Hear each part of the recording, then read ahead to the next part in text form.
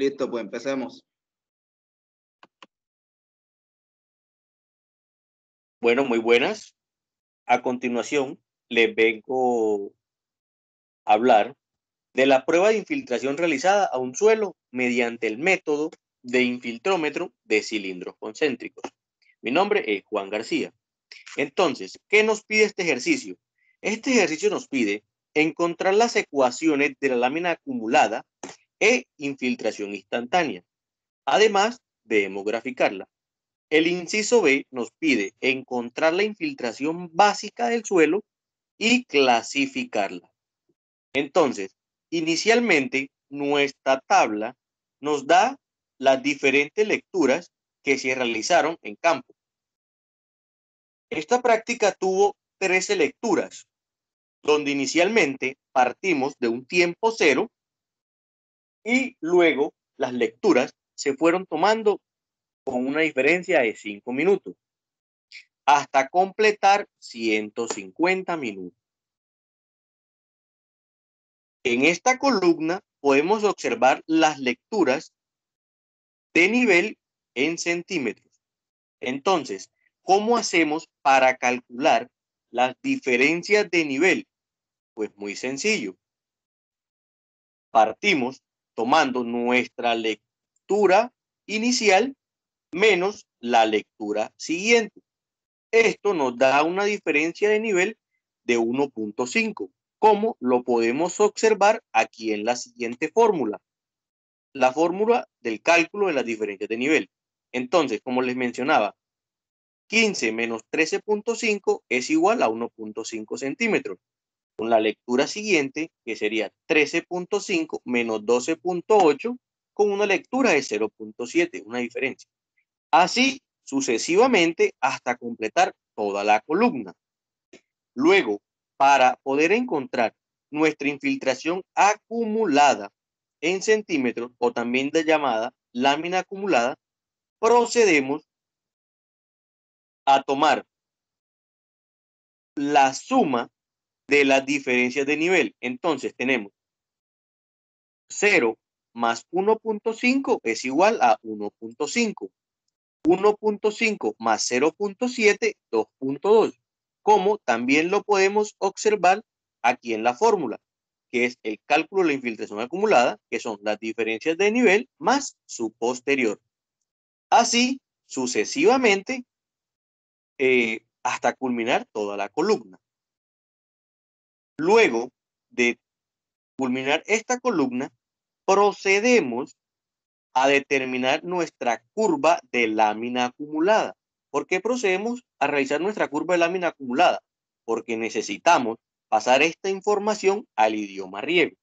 Entonces, como observamos en la siguiente gráfica, la ecuación de lámina acumulada, encontramos en el eje de las X el tiempo acumulado en minutos y en el eje de la Y la lámina acumulada en centímetros. Y esto, después de realizar la gráfica, le decimos a este preciado programa de Excel que nos dé la línea de tendencia en una opción potencial. Además, le decimos que nos dé la opción del R cuadrado y la fórmula de Y, que la tenemos aquí. Y nos da un valor de 0,5072x y esto está elevado a la 0,6365. Procedemos a llevar esta información al idioma riego, donde observamos la ecuación de la lámina acumulada y tenemos que D es igual a K por T a la M, donde D es la lámina acumulada en centímetros, K es una constante, T es el tiempo acumulado en minutos y M es un simple exponente. Entonces, traducimos esto al idioma riego y nos da que D es igual a 0,5072T elevado a la 0,6375. Procedemos a derivarlo porque necesitamos el valor de D. Entonces, hacemos una simple derivación y bajamos el exponente y le restamos 1. Pero este exponente que lo bajamos, lo multiplicamos por 0.5072. Esto nos da un valor de D o ecuación de lámina acumulada de 0.3228T elevado a la menos 0.3635. Luego de hallar nuestra lámina acumulada, procedemos a hallar la ecuación de infiltración instantánea. Para poder hallar esta gráfica de infiltración instantánea o curva de infiltración instantánea, procedemos a realizar la siguiente gráfica, donde obtenemos que en el eje de las X tenemos el tiempo acumulado en minutos y en el eje de las Y nuestra infiltración instantánea en centímetros. Para realizar esta gráfica, seleccionamos nuestros valores. Como vemos aquí, toda la información pues, fue tomada desde 5. Omitimos los valores de 0. Realizamos la gráfica y obtenemos el valor de Y y el valor de R. Pero nos interesa es el valor de Y, que es el que vamos a reemplazar en la infiltración instantánea, donde observamos que para un tiempo de 5 minutos le corresponde una infiltración instantánea de 10,8 y así sucesivamente hasta culminar toda la columna, como lo podemos observar en la tabla de infiltración instantánea en centímetros hora. Si les queda alguna duda, pues aquí podemos observar la fórmula de infiltración instantánea, donde tenemos una infiltración instantánea de 19,37T menos 0,3635, donde T era nuestro tiempo que les mencionaba anteriormente. Y aquí tenemos el resultado. Luego, llevamos esto al idioma griego, donde procedemos a hallar nuestra infiltración instantánea. Y aquí observamos que la infiltración instantánea es igual a D' por 60. Pues, ¿por qué por 60? Pues porque necesitamos esto en horas. Entonces, I sub I es igual a 0,3228T menos 0,3635 por 60. Esto nos da un valor de infiltración instantánea de 19,3368T elevado a las menos 0,3635, donde el tiempo acumulado queda en horas y nuestra infiltración instantánea es I sub I. Ahora procedemos a hallar nuestro tiempo básico. Y el tiempo básico se halla, que es T sub B es igual a 10N, donde 10 es una constante y N, pues, el valor del exponente de la infiltración instantánea en valor absoluto. Entonces, tenemos la multiplicación de 10 por 0,3635, que es nuestra infiltración instantánea en valor absoluto, y obtenemos un valor de tiempo básico en horas, que es igual a 3.635 horas. Pero esto lo necesitamos en minutos. Entonces procedemos a multiplicarlo por 60. Y esto es igual a 200,18 un minuto, que sería igual a nuestro tiempo básico.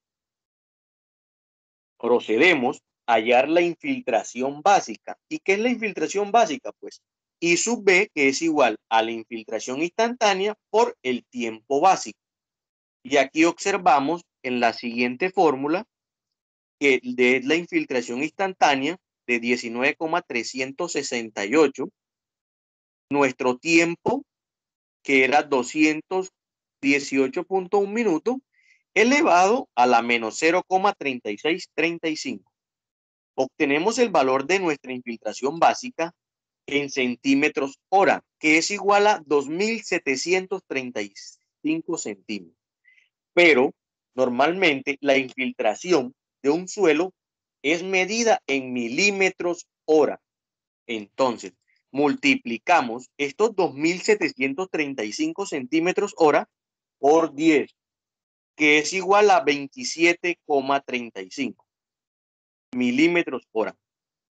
Para poder clasificar este suelo, nos apoyamos en las tablas que fueron vistas en clase y consideramos que esto es un suelo de infiltración moderada y es apto para riego. Además, es un suelo de clase 4. A continuación, los dejo con mi compañero Marlon.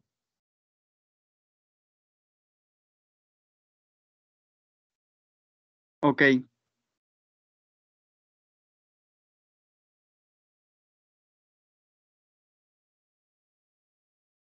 Bueno, voy a proceder a explicar el punto 2 y voy a explicar la explicación de este, ¿no? La pregunta del punto 2 nos dice, dados varios suelos con las siguientes características físicas, calcule su porosidad total. Bueno, en este punto nos dan los siguientes datos, que son P1, P2, P3, nos dan la altura del cilindro en centímetro, nos dan el diámetro del cilindro en centímetro y nos dan la densidad real en gramos sobre centímetro cúbico. Aquí nos muestran un total de 5 muestras, ¿no?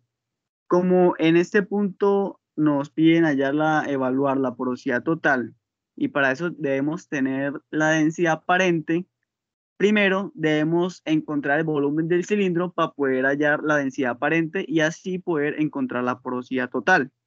Entonces, primero vamos a ir a la fórmula de volumen del cilindro que está un poco más abajo.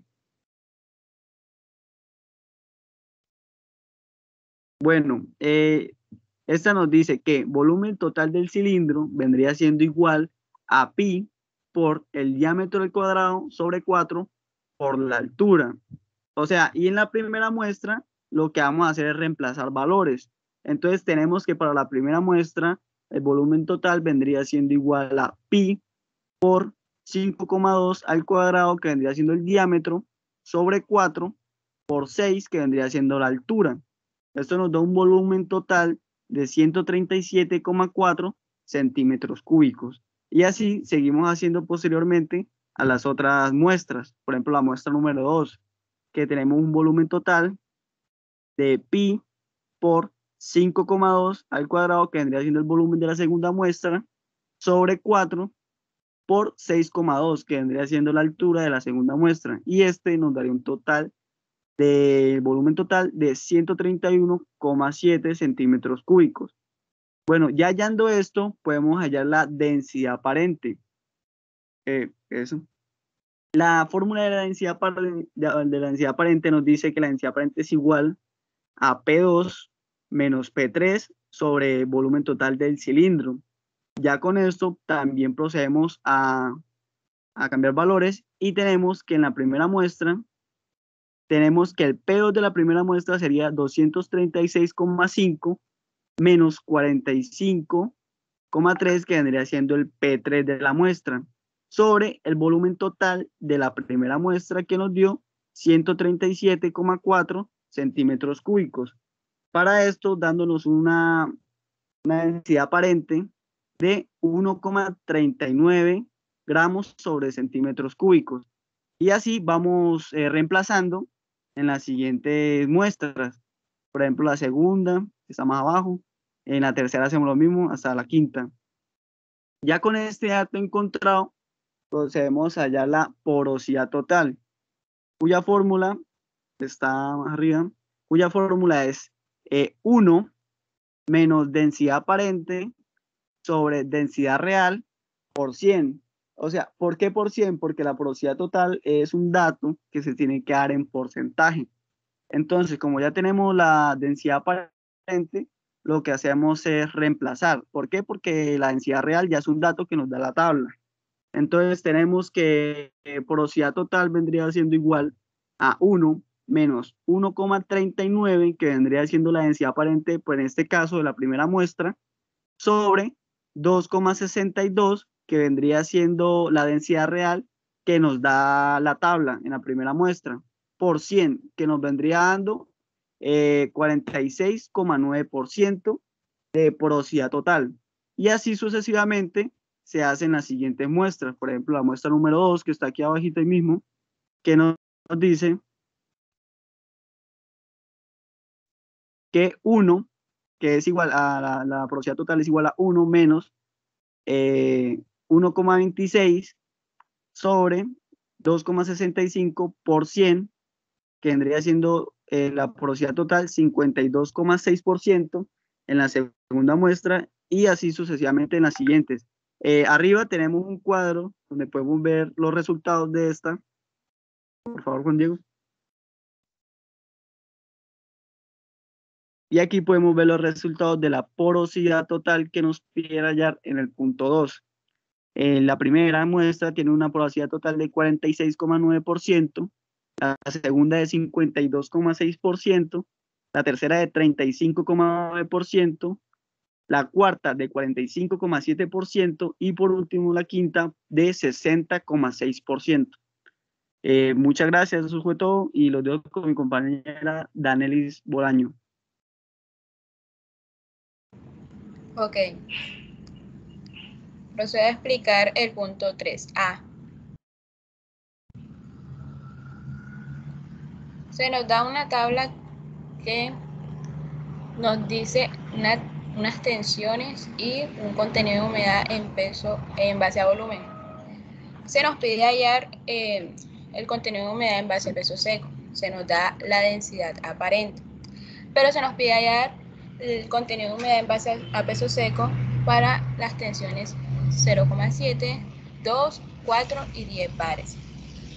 Para poder hallar esto, procedemos a despejar la ecuación pasando la densidad aparente a dividir al contenido de humedad en base a volumen. Para poder hacer esto, pues encontramos el contenido de humedad en base a peso seco de cada tensión, que ya conocemos el contenido de humedad en base a volumen. Luego de esto, procedemos a encontrar una gráfica que pues nos da una ecuación que es referente a X y a Y. Pero nosotros lo pasamos a idioma griego y pues nos daría, la ecuación sería contenido de humedad en base a peso seco igual a 20,911 tensión a la menos 0,122. Luego de esto, pasamos a reemplazar cada tensión que se nos pide hallar el contenido de humedad en base a peso seco, dándonos los siguientes resultados. Para 0,7 bares nos da un igual a 21,84. Para 2 bares nos da igual a 19,21. Para 4 bares nos da igual a 17,66 y para 10 bares nos da 15,79 en base a peso seco. Eso es todo. Procede mi compañero Gelson.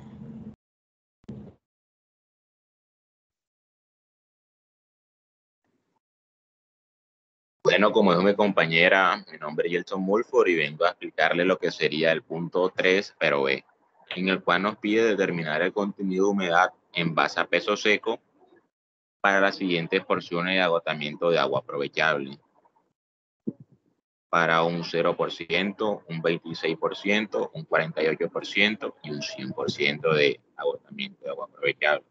Entonces, lo que procedemos a hacer primeramente es corregir las tensiones, porque para hacer este punto B debemos delimitar unos intervalos, es decir, el 100% y el 0%. Entonces, para hacer esto, mediante la ecuación de ajuste, que sería la ecuación que previamente encontró mi compañera al graficar la capacidad de humedad en base a peso seco de las anteriores tensiones. Entonces, lo que hacemos es reemplazar 0.3 bar en esa ecuación, obteniendo así una capacidad de campo en base a peso seco de 24,2%.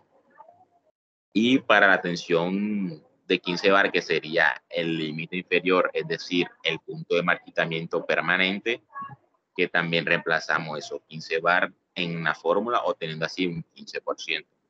Luego procedemos a hallar el 100% de agotamiento de agua aprovechable. Entonces, lo que se procede a hacer es restar la capacidad de campo menos el punto de marchitez. Es decir, 24,2% menos 15%. Eso nos da un 100% de agotamiento de agua aprovechable de un 9,2%.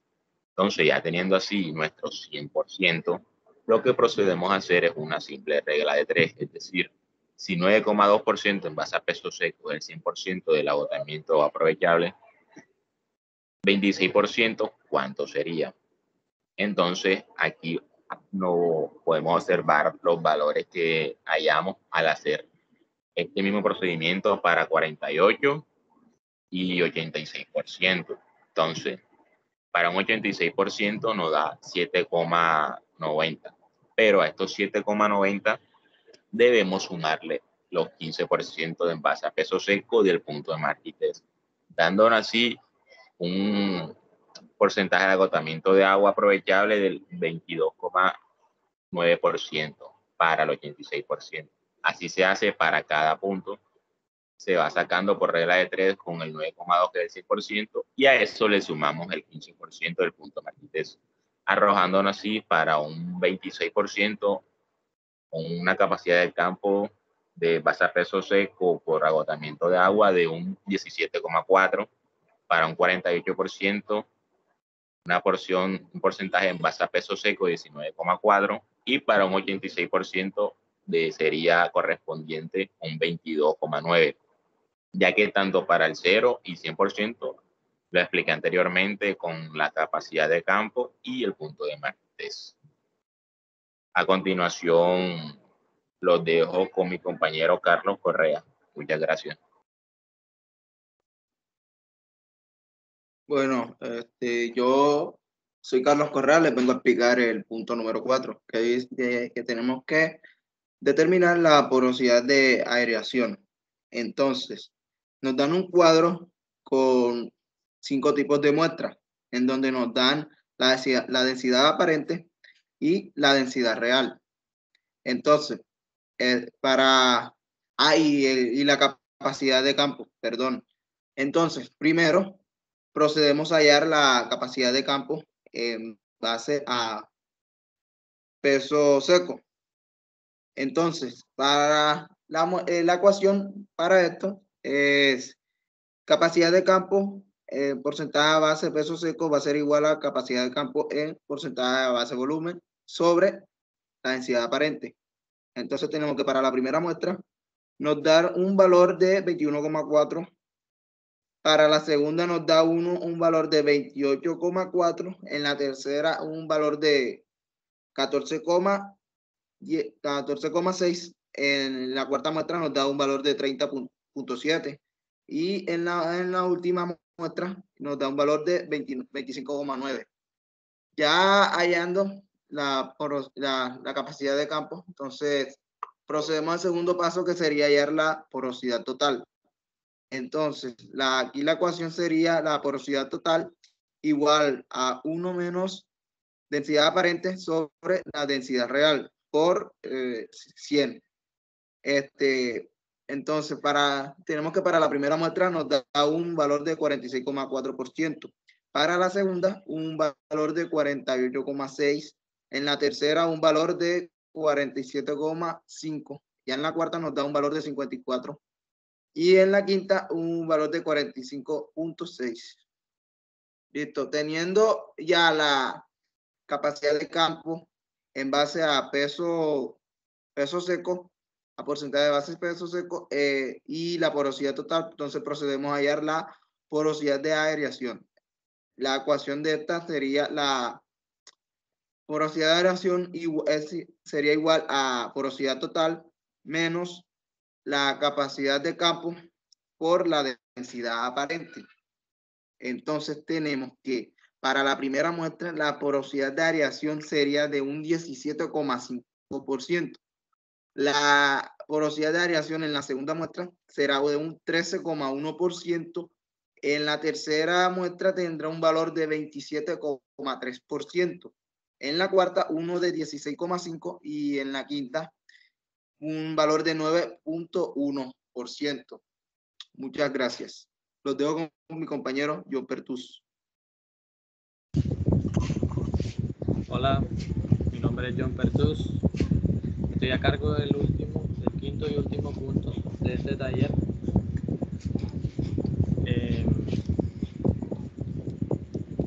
El punto nos dice determinar la densidad aparente y comentar su resultado aplicando los criterios vistos en clase.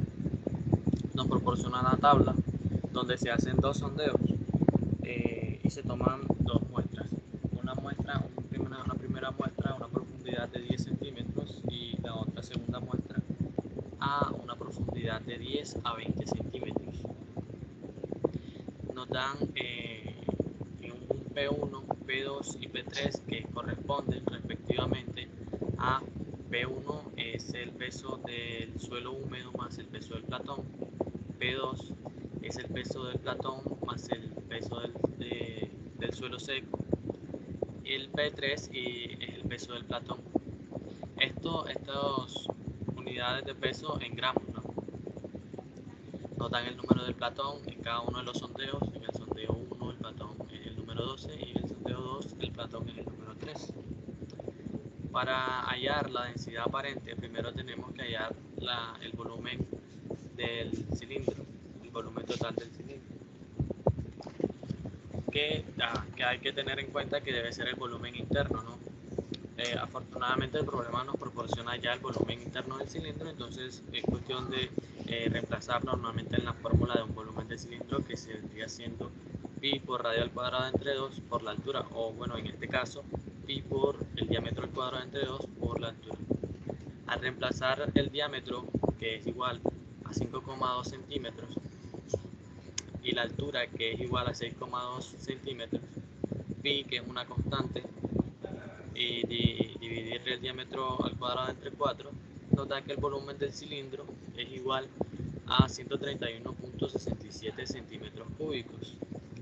Una vez hallamos el volumen del cilindro, pasamos de inmediato a hallar el peso del suelo seco, que nos dice que el peso del suelo seco es igual a P2 menos P3, donde vuelvo a recordar, P2 es el peso del platón más el peso del suelo seco en gramos y P3 es el peso del platón. Es decir, al peso del suelo seco más el peso del platón le estaríamos restando el peso del platón y nos queda simplemente el peso del suelo seco. Para el sondeo 1, el peso del suelo seco es igual a 239,97 gramos. Para el sondeo 2, el peso del suelo seco es igual a 225,3 gramos. Una vez hallamos el volumen del cilindro y el peso del suelo seco de ambos sondeos, pasamos posteriormente a hallar la densidad aparente. Que la densidad aparente pues es la relación entre el peso del suelo seco y el volumen del cilindro para cada uno de los sondeos. Para el sondeo 1 lo nombramos como densidad aparente 1 es igual a 239,97 gramos sobre 131,67 centímetros cúbicos que corresponde al cilindro, y nos da que la densidad aparente 1 es igual a 1,82 gramos sobre centímetro cúbico. Para la densidad aparente 2 del sondeo 2 tenemos un peso del suelo seco de 225,3 gramos sobre 131,67 centímetros cúbicos correspondiente al volumen del cilindro. Nos da un resultado de 1,71 gramos sobre centímetro cúbico de densidad aparente. Como comentario para este problema, comentamos que para el sondeo 1, que corresponde a la densidad aparente más alta, es un suelo arenoso compactado, y para el suelo 2 es un suelo arenoso. Cabe destacar que como estas dos densidades de estos dos sondeos correspondientes dieron densidades altas, no son suelos aptos para la agricultura. Y bueno, muchas gracias por su atención. Espero que hayamos respondido todas sus dudas y muchas gracias. Este fue el grupo 5.